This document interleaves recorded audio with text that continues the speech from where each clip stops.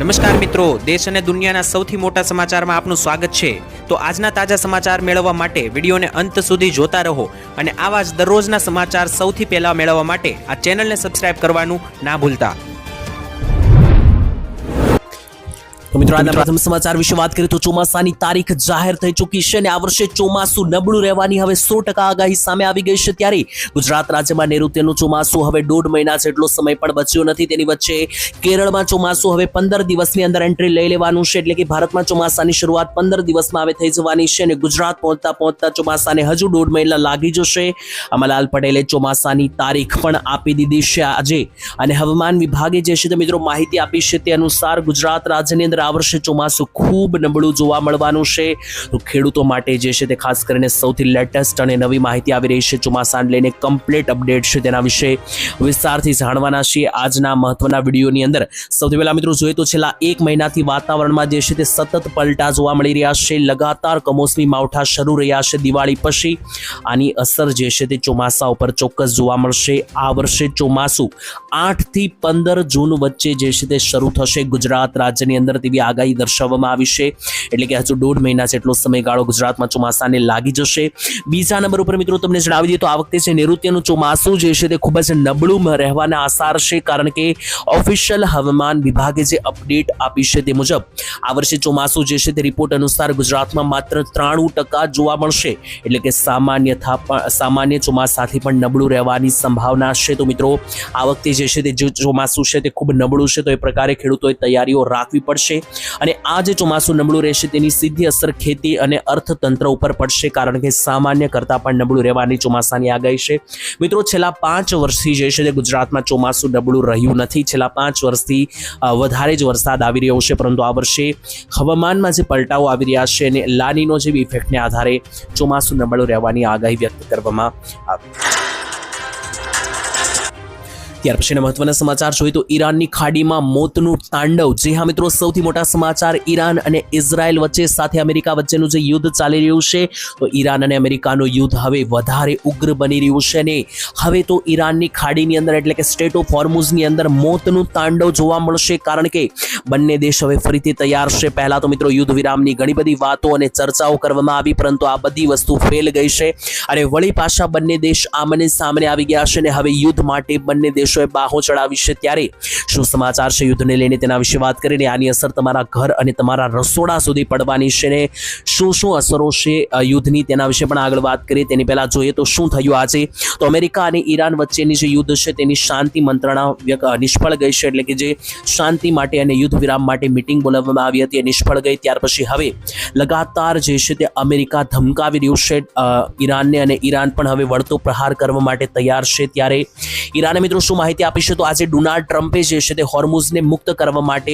ચેતવણી આપી છે, પરંતુ જે છે તે સ્ટેટ ઓફ હોર્મુઝ ઉપર અમેરિકા પોતાનું કંટ્રોલ બનાવશે તેવું જણાવવામાં આવ્યું છે। અને આ સ્ટેટ ઓફ હોર્મુઝ મિત્રો એ રસ્તો છે કે જે રસ્તેથી આખી દુનિયા પોતાનો વ્યાપાર કરે છે દરિયામાંથી, અને આ જે દરિયાનો રસ્તો છે સ્ટેટ ઓફ હોર્મુઝ તેને અમેરિકા જે છે તે હવે કંટ્રોલ કરવાની માહિતી આપી રહ્યું છે। અને ઈરાને કહ્યું છે કે જો અમેરિકા આવું કરશે તો આવનારા સમયની અંદર જે છે તે ખાસ કરીને આનો જવાબ અમેરિકાએ ચૂકવવો પડશે અને અમેરિકાના ઘણા બધા ઠેકાણાઓ નિશાના બનાવવામાં આવશે અને ઉડાડવામાં આવશે તેવી ધમકી પણ ઈરાને આપી। અને હવે મિત્રો આ યુદ્ધની અંદર ક્યાંક ને ક્યાંક ચાઇના પણ ભાગ લેશે તેવું લાગી રહ્યું છે, કારણ કે સ્ટેટ ઓફ હોર્મુઝ અટકાવવાને લઈને ચાઇનાના પણ મોટા પાયે જે જહાજો છે તે અટકી રહ્યા છે। ત્યાર પછીના મહત્વના સમાચાર, તો યુદ્ધને પગલે પેટ્રોલ અને ડીઝલના ભાવ વધવાની સૌથી મોટી જાહેરાત કરવામાં આવી છે અને કેટલા રૂપિયા વધશે તેને લઈને પણ સૌથી મોટી અપડેટ છે। છેલ્લા 1 મહિનામાં 5 થી 10 રૂપિયા જેટલી અલગ અલગ પેટ્રોલ પંપમાં ભાવ વધી ગયા છે યુદ્ધના પગલે, અને ક્રૂડ ઓઇલની ભાવમાં વધારાનો અત્યારે થઈ રહ્યો છે। અને જો આ ક્રૂડ ઓઇલની અંદર વધારો થયો છે તેની સીધી અસર પેટ્રોલ ડીઝલ ઉપર પડવાની છે અને પડશે એટલે સીધા ભાવ વધતા તમને જોવા મળશે। એટલે જ મેં તમને કહ્યું કે આ જે યુદ્ધ છે તેની અસર તમારા ઘર પરિવાર અને તમારા વાહનો સુધી પણ પડવાની છે। ત્યારે ક્રૂડ ઓઇલના ભાવમાં અત્યારે લગાતાર વધારો થઈ રહ્યો છે। પેટ્રોલના ભાવમાં પ્રતિ લિટર 18 રૂપિયા અને ડીઝલના ભાવમાં પ્રતિ લિટર 35 રૂપિયા સુધીનો વધારો થઈ શકે। જ્યાં મિત્રો તમે સાચું સાંભળ્યું, ક્રૂડ ઓઇલ જે પ્રમાણે અત્યારે આગળ વધી રહ્યું છે, મોંઘું થઈ રહ્યું છે, તે અનુસાર પેટ્રોલ 18 અને ડીઝલ 35 રૂપિયા સુધી જે છે તે મોંઘું થઈ શકે આ વર્ષે। ત્યારે ક્રૂડ ઓઇલના ભાવમાં વધારો થવા છતાં પણ દેશમાં પેટ્રોલ અને ડીઝલના ભાવ અત્યારે સ્થિર છે, પરંતુ મિત્રો કેટલાક અહેવાલો અનુસાર જે ચૂંટણી આવી રહી છે આગામી દિવસો દિવસોની અંદર બંગાળ લાગુના રાજ્યોની અંદર ચૂંટણી છે, તો આ ચૂંટણીને કારણે પેટ્રોલ ડીઝલના ભાવ અત્યારે નહીં વધે તેવું પણ કેટલાક સૂત્રો અનુસાર માહિતી સામે આવી છે. જેવી ચૂંટણી પૂર્ણ થશે ત્યાર પછી પેટ્રોલ અને ડીઝલની અંદર જે છે તે ભાવ વધતો તમે જોઈ શકો તેવી માહિતી જે છે તે અત્યારે હાલ અહેવાલો અનુસાર સામે આવી. ત્યાર પછીના મહત્વના સમાચાર જોઈએ તો પાક ધિરાણ લોન મંડળી માફ થશે કે નહીં તેને લઈને સૌથી મોટા સમાચાર. તો મિત્રો, ખેડૂતોને સરકાર જે છે તે લોન આપે છે, એટલે કે પાક ધિરાણ લોન આપે છે, જેને અમુક ગામડાની અંદર લોકો મંડળી પણ કહે છે.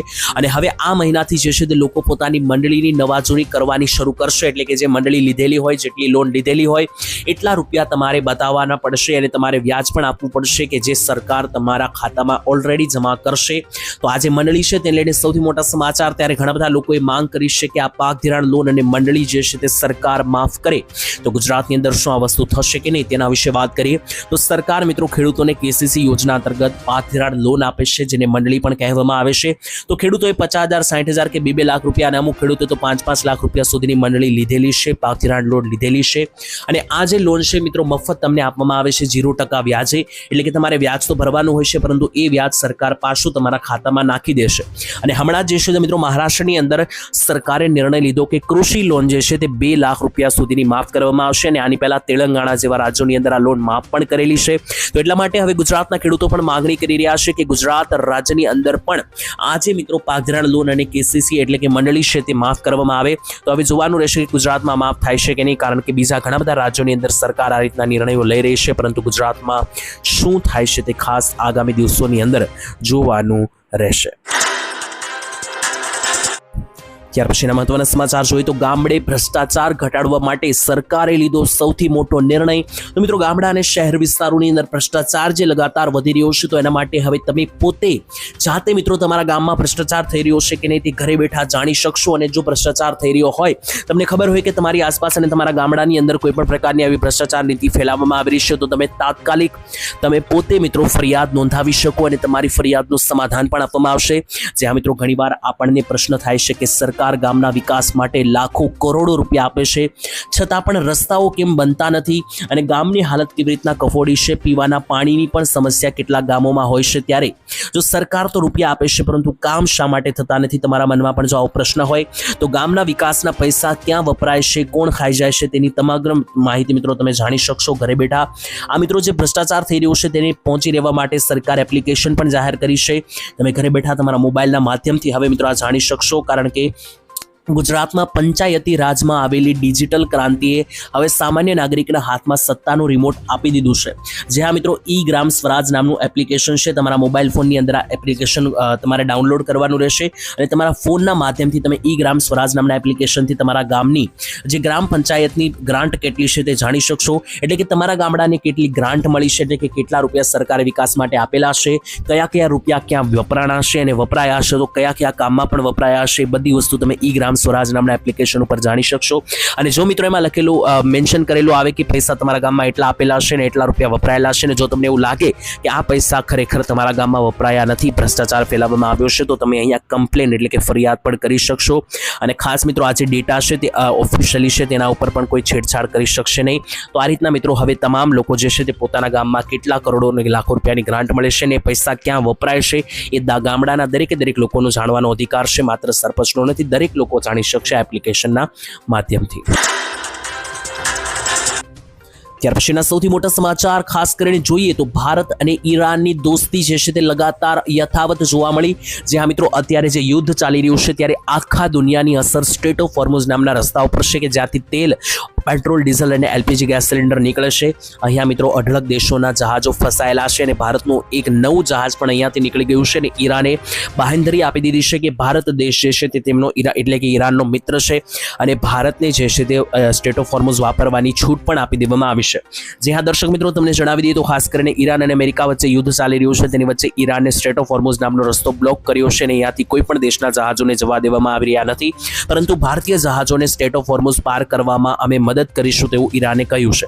કારણ કે મિત્રો જોવા જઈએ તો ઈરાન અને ભારતની દોસ્તી એક લાંબા સમયગાળાની છે અને પાકિસ્તાનમાં અમેરિકા અને ઈરાન વચ્ચે જે વાતચીત કરવામાં આવી હતી એ નિષ્ફળ ગઈ છે. ત્યાર પછી અત્યારે ફરીથી મિત્રો આ જે રસ્તો છે તે બ્લોક કરવામાં આવ્યો છે ઈરાન તરફથી અને દુનિયાના ઘણા બધા દેશો અત્યારે ફસાયેલા છે કારણ કે પોતાના જહાજો અહીંયા અટવાયેલા છે. તેની વચ્ચે આજે મિત્રો તમને જણાવી દઉં છેલ્લા 2 દિવસ પહેલા નવું ભારતનું જહાજ જે છે ત્યાં રસ્તાને ઓળંગીને આવી ગયું છે એટલે કે 10મું એલપીજી ટેન્કર લઈને મિત્રો વિક્રમ સ્ટ્રેટ ઓફ હોર્મુઝ પસાર કરીને અરબી સમુદ્રમાં પહોંચી ગયું છે, જ્યાં મિત્રો ટેન્ડર જંગ વિક્રમ નામનું જે આપણું નવું જહાજ છે એ પણ એલપીજી ગેસ સિલિન્ડર લઈને અત્યારે ભારત પહોંચ્યું અને ઈરાને ભારતના જહાજોને જવાની છૂટ આપી. ત્યાર પછી સૌથી મોટા સમાચાર આવી રહ્યા છે. 10,000 રૂપિયા દરેક લોકોને સહાય મળશે જનધન બેંક ખાતાની અંદર. સૌથી મોટા સમાચાર. તો મિત્રો જો તમારું પણ બેંક ખાતું હોય જનધનની અંદર તો તમને સૌથી મોટા સમાચાર આવી રહ્યા છે. દરેક લોકોને મળશે 10,000 રૂપિયાની સૌથી મોટી સહાય. તેના વિશે વાત કરીએ વિસ્તારથી તો જે મિત્રો સૌથી મોટા સમાચાર આવી રહ્યા છે તેના ઉપર દરેક લોકોની નજર છે. ત્યારે જોઈએ મિત્રો તો ખાસ કરીને શું તમે જાણો છો કે આ સહાયની અંદર કેવી રીતના લાભ લઈ શકો તો તમને વિસ્તારથી સમજાવું. તો સૌથી પહેલા તો મિત્રો આ યોજનાનું નામ છે જનધન યોજના. આ જનધન યોજનાની અંદર તમને બેંક ઓવરડ્રાફ્ટ આપવામાં આવે છે 10,000 રૂપિયાનો. તો આ 10,000 રૂપિયા તમે વાપરી શકો, સહાય રૂપે તમને આપવામાં આવશે. જ્યાં મિત્રો તમારા આ જનધન ખાતાની અંદર આની માટે તમારી પાસે બેંકની અંદર જનધન ખાતું હોવું ફરજિયાત છે. તો તમારું બેંકમાં ખાતું હોવું જોઈએ જનધન.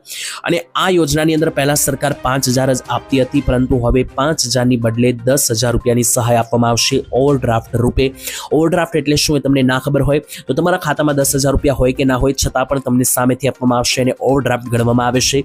દાખલા તરીકે જો તમારા બેંક ખાતામાં માત્ર 2,000 કે 3,000 રૂપિયા પડ્યા હોય અને તમારે અચાનક પૈસાની જરૂર પડે તો તમે 10,000 રૂપિયા સુધી પણ ઉપાડી શકશો, ભલે તમારા ખાતામાં ના હોય. તો આને ઓવરડ્રાફ્ટ કહેવામાં આવે છે કે જે તમને સહાય રૂપે મળશે. ત્યાર પછીના સૌથી મોટા સમાચાર આવી રહ્યા છે. હવે ખેડૂતો ઉપર પણ થશે યુદ્ધની અસર. જ્યાં મિત્રો આજે ઈરાન અને અમેરિકા વચ્ચેનું યુદ્ધ છે તેની અસરો અત્યારે મોટા ભાગના ઉદ્યોગો ઉપર થઈ ગઈ છે અને હવે ખેતી ઉદ્યોગ ઉપર પણ કૃષિ ઉદ્યોગ ઉપર પણ આની અસર જોવા મળશે. કઈ રીતે તેના વિશે પણ સમજીએ. તો સ્ટ્રેટ ઓફ હોર્મુઝનો રસ્તો જે છે તે મિત્રો પ્રભાવિત થઈ રહ્યો છે. ત્યારે તમને જણાવી દઈએ તો ખાસ કરીને એલપીજી સિલિન્ડર જ નહીં પરંતુ સલ્ફર માટે પણ સમસ્યા ઊભી થઈ રહી છે. અને સલ્ફર શું છે તેના વિશે તમે ના જાણતા હોય તો સલ્ફર ખેડૂતો માટે વાપરવામાં આવતું એક મહત્વનું કેમિકલ છે. આ સલ્ફર નામનું જે કેમિકલ છે તેનાથી ખેડૂતોનું ખાતર પણ બને છે. બેટરી એટલે કે જે મિત્રો બેટરીઓ પણ બનાવવામાં આવે છે એ પણ સલ્ફરથી બને છે. કેટલાક ધાતુઓ, રસાયણો અને સેમિકન્ડક્ટર પણ મિત્રો સલ્ફરમાંથી બનાવવામાં આવે છે. અને મિત્રો તમને જણાવી દીધું યુરિયા જેવું ખાતર પણ ખેડૂતો વાપરે છે. તો યુરિયાથી લઈને કમ્પ્યુટર ચિપ્સ આ દરેક વસ્તુ બહારથી આવે છે ભારતની અંદર. તો આ જે યુદ્ધ છે તેને કારણે આ બધી વસ્તુઓની આયાત નિકાસ કરવામાં પ્રોબ્લેમ આવી રહી છે, જેથી ખેડૂતોને માટે જે છે મિત્રો આની માટે સૌથી મોટું સંકટ. પહેલા તો ખેડૂતોને જે સાધન જોઈએ છે, ખાતર જોઈએ છે એ પણ મળવામાં મુશ્કેલી બની શકે. અને જો આ બધી વસ્તુ કમ્પ્લીટલી મળી જાય તો ખેડૂતોનો પાક તૈયાર થઈને જે બહાર વેચવા માટે જાય છે એ અટકી શકે. તો એના કારણે ખેડૂતોને પાકના ભાવ પણ ઓછા મળી શકે. તો આ માટે હવે યુદ્ધની અસર ધીમે ધીમે ખેડૂત અને ખેતી ઉદ્યોગ પર પણ થતી જોવા મળી શકે અહેવાલોના આધારે. તો ત્યાર પછીના મહત્વના સમાચાર જોઈ લઈએ તો 2,000 રૂપિયાનો આવનારો 23મો હપ્તો ખેડૂતોના ખાતામાં ક્યારે આવશે તે લઈને સૌથી મોટી અપડેટ સામે આવી રહી છે. મિત્રો ખેડૂતોના ખાતામાં છેલ્લો જે 22મો હપ્તો જાહેર થયો તેને આજે અંદાજિત 1 મહિનો પૂરો થઈ ચૂક્યો છે. છેલ્લો 22મો હપ્તો ખેડૂતોના ખાતામાં 13 તારીખે આવ્યો હતો, એટલે કે 13 માર્ચના રોજ ખેડૂતોના ખાતામાં જમા થયો હતો. ત્યાર પછી હવે જે 23મો હપ્તો છે આનાથી મોટા પાયે ફેરફાર થવાના છે. તો અત્યાર સુધી જેટલા પણ લોકોને હપ્તાઓ મળતા આવ્યા છે તેમને 23મા હપ્તાથી અટકાયત આવી શકે, કારણ કે મિત્રો હપ્તાની અંદર હવે કેટલાક નોંધપાત્ર વધારા અને સુધારા કરવામાં આવશે, જેનો ફેરફાર ખેડૂતો પર લાગુ થશે. સૌથી પહેલા તો તારીખ વિશે વાત કરીએ તો દર મહિનાની હપ્તે 4 મહિનાનો બ્રેક હોય. તો ગયો જે હપ્તો આવ્યો છે એને 1 મહિનો પૂરો થયો છે, તો હજુ પણ 3 મહિનાની વાર છે 23મા હપ્તાને. તેના પહેલા તમારે કેટલાક કામો કરાવવા પડશે, નહીતર આવનારો જે 23મો હપ્તો છે તેનાથી તમે વંચિત રહી જશો. સૌથી પહેલા તો મિત્રો આવનારો જે 23મો હપ્તો છે એ કયા મહિનામાં આવી શકે તો જુલાઈ મહિનામાં હપ્તા આવવાના ચાન્સ સૌથી વધારે છે. તો ચોમાસાની શરૂઆત થશે એ સમયગાળા આસપાસ આવનારો જે 2,000 રૂપિયાનો 23મો હપ્તો છે તે ખેડૂતોના ખાતામાં જમા થઈ શકે. મોટો ફેરફાર એ થવાનો છે કે સરકારે હમણાં જ એક માહિતી જાહેર કરી છે કે જે પણ લોકો પાસે ખેડૂત આઈડી કાર્ડ નહીં હોય, ફાર્મર રજિસ્ટ્રેશન પ્રોસેસ જે પણ ખેડૂતોએ નહીં કરાવી હોય તેમને તેવા ખેડૂતોને અને એવા લોકોને મિત્રો 2,000 રૂપિયાના હપ્તા પણ મળતા બંધ થઈ જશે. અને બીજી બાજુ જે કેટલીક સરકારી યોજનાઓનો લાભ છે એ પણ એવા ખેડૂતોને નહીં મળે કે જેમણે કિસાન આઈડી કાર્ડ, ખેડૂત આઈડી કાર્ડ નહીં બનાવ્યું હોય. તો જેટલા પણ ખેડૂત ભાઈઓ અત્યાર સુધી બાકી રાખેલું છે આ કામ અત્યારે જ પતાવી લેજો. તમારું KYC ફાર્મર રજિસ્ટ્રેશન આ બધી પ્રોસેસ વહેલી તકે કરાવી લેજો. હજુ હપ્તો આવવાને 2 થી 2.5 મહિનાની રાહ છે, પરંતુ મિત્રો આ વસ્તુ જો વહેલી કરાવેલી હશે તો ફાયદામાં રહેશો, કારણ કે આવનારા હપ્તાથી ઘણા લોકોને હપ્તા અટકી જશે, કારણ કે જે પણ લોકોએ આ પ્રોસેસ નથી કરાવેલી તેમને હપ્તા બંધ થઈ શકે. ત્યાર પછીના મહત્વના સમાચાર જોઈએ તો જો લોન લીધી હોય તો ખાસ આ સમાચાર જોઈ લેજો. સૌથી મોટા સમાચાર આવી રહ્યા છે. જે મિત્રો આજકાલ તો દરેક લોકો જે છે તે એવા હોય છે કે જેમને પાસે લોન લીધેલી જ હોય છે, એટલે કે લોન ઉપાડ્યા વગરને આજકાલ મિત્રો તમે કોઈ પણ માણસને જોશો નહીં. નાનામાં નાની મોબાઈલ ફોન ઉપર પણ મિત્રો લોકોએ જે છે તે આજે લોન લેવા લાગ્યા છે, અને મોટામાં મોટા ઘર અને ગાડીઓ લેવા માટે પણ લોન લે છે. પરંતુ શું તમે ક્યારેય સાંભળ્યું છે કે લોનના હપ્તા જે છે મિત્રો ચૂકવાથી ઘણા બધા લોકો ઉપર દબાણ વધતું હોય છે? તો આને લઈને આરબીઆઈ દ્વારા લોન રિકવરી માટે નવા આકરા નિયમો પ્રસ્તાવિત કરવામાં આવ્યા છે, જેનાથી જે લોન એજન્ટ છે તે તમને દબાવી શકશે નહીં. એનબીએફસીના પાલન ખર્ચમાં વધારો થશે, ખાસ કરીને થર્ડ પાર્ટી એજન્સીઓ ઉપર નિર્ભર એનબીએફસીએસ ઉપર મિત્રો બોજ પડશે, કારણ કે હવે રિકવરી એજન્ટોએ Indian Institute of Banking and ફાઇનાન્સમાંથી ફરજિયાત તાલીમ અને પ્રમાણપત્ર મેળવવું જ પડશે. નવા નિયમ અનુસાર જે લોનના એજન્ટો છે તે દેવાદાર સાથે ગેરવર્તન કે ધમકી કે બળજબરીપૂર્વક મિત્રો વાત કરી શકશે નહીં, અને આનાથી ઘણા બધા લોકો સમસ્યામાં છે. તો ખાસ મિત્રો અપડેટ છે કે ખાસ જો લોનના એજન્ટોથી કંટાળ્યા હોય તો રાહતભર્યા સમાચાર. ત્યારબાદ મહત્વના સમાચાર જોઈએ તો બાળકોના આધાર કાર્ડને લઈને સૌથી મોટી અપડેટ આવી રહી છે, તેના વિશે વાત કરીએ તો જો તમારા ઘરે બાળકો હોય અને ખાસ કરીને જે નાના બાળકો છે તેમના આધાર કાર્ડ પહેલા તો અત્યારે કઢાવાય લોઢાના ચણા ચાવવા બરાબર બન્યું છે, અને જો ઓલરેડી આધાર કાર્ડ બની ગયા હોય તો એમાં પણ તમારે હવે વારંવાર સુધારા વધારા કરતા રહેવા પડશે, નહીતર આધાર કાર્ડને લગતા કામો અટકી શકે. ખાસ કરીને જો તમારા બાળકો શાળામાં ભણતા હોય, ખાસ જોઈ લેજો મિત્રો, આધાર કાર્ડના બાયોમેટ્રિક્સ અપડેટ કરાવવા હવે ફરજિયાત બન્યા છે. બાયોમેટ્રિક્સ એટલે કે મિત્રો આધાર કાર્ડમાં રહેલી જે ફિંગરપ્રિન્ટ છે બાળકોની, એ ફિંગરપ્રિન્ટ, અને બીજા નંબરે બાળકોના જે મિત્રો ફોટો છે, ખાસ કરીને આ બંને વસ્તુ અપડેટ કરાવી હવે ફરજિયાત બનશે. બાળક જ્યારે 5 વર્ષનું થાય છે ત્યારે અને ત્યાર પછી 15 વર્ષનું થાય છે ત્યારે આ બંને સમયગાળામાં મિત્રો તમારે બાળકોના સમયસર બાયોમેટ્રિક્સ આધાર કાર્ડની અંદર અપડેટ કરાવવા પડશે, એટલે કે આધાર કાર્ડમાં સુધારો વધારો કરાવવો પડશે. અને જો નહીં કરાવો તો આધાર કાર્ડને લગતા ઘણા બધા તમારા કામો બાળકોના અટકી શકે, જેમ કે શાળામાં એડમિશન લેવાથી લઈને બીજી બધી પણ મિત્રો જે યોજનાઓમાં અરજીથી લઈને ઘણી બધી અપડેટ છે, તો મિત્રો મેં અપડેટ નહીં કરાવ્યું આધાર કાર્ડ તો આ બધા કામો અટકી શકે. કારણ કે મિત્રો આની પાછળ મુખ્ય કારણ એ છે કે બાળકો જ્યારે મોટા થાય છે તો 5 વર્ષના હોય છે ત્યારે અને 15 વર્ષના હોય છે ત્યારે તેમની ફિંગરપ્રિન્ટ જે છે તેમાં ઘણો બધો ફેરફાર થઈ ચૂક્યો હોય છે, તો ટાઈમસર આને અપડેટ કરાવવું ફરજિયાત છે. કારણ કે નાના બાળકોના આધાર કાર્ડ જ્યારે બન્યા હોય છે ત્યારે આંગળીના ફિંગરપ્રિન્ટ નાના હોય છે, અને જ્યારે મિત્રો બાળકોની ઉંમર થઈ જાય છે ત્યારે સમયસર આ ફિંગરપ્રિન્ટ બાયોમેટ્રિક્સ અપડેટ કરાવવા ફરજિયાત બનશે.